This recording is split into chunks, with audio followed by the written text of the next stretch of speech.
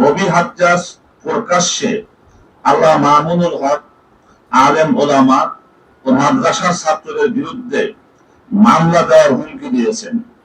এটি অত্যন্ত বিপজ্জনক প্রবণতা।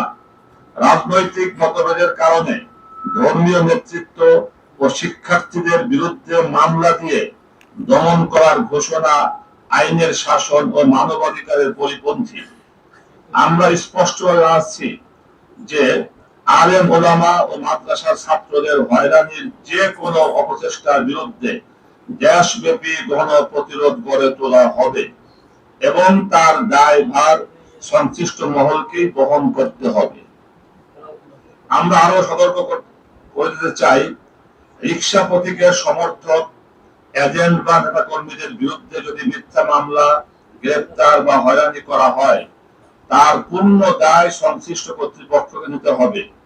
চোখের সামনে ফলাফল বিকৃত হওয়ার অভিযোগ থাকা সত্ত্বেও আমরা তাৎক্ষণিক কঠোর কর্মসূচিতে যাইনি, কারণ আমরা অস্থিতিশীলতা চাইনি।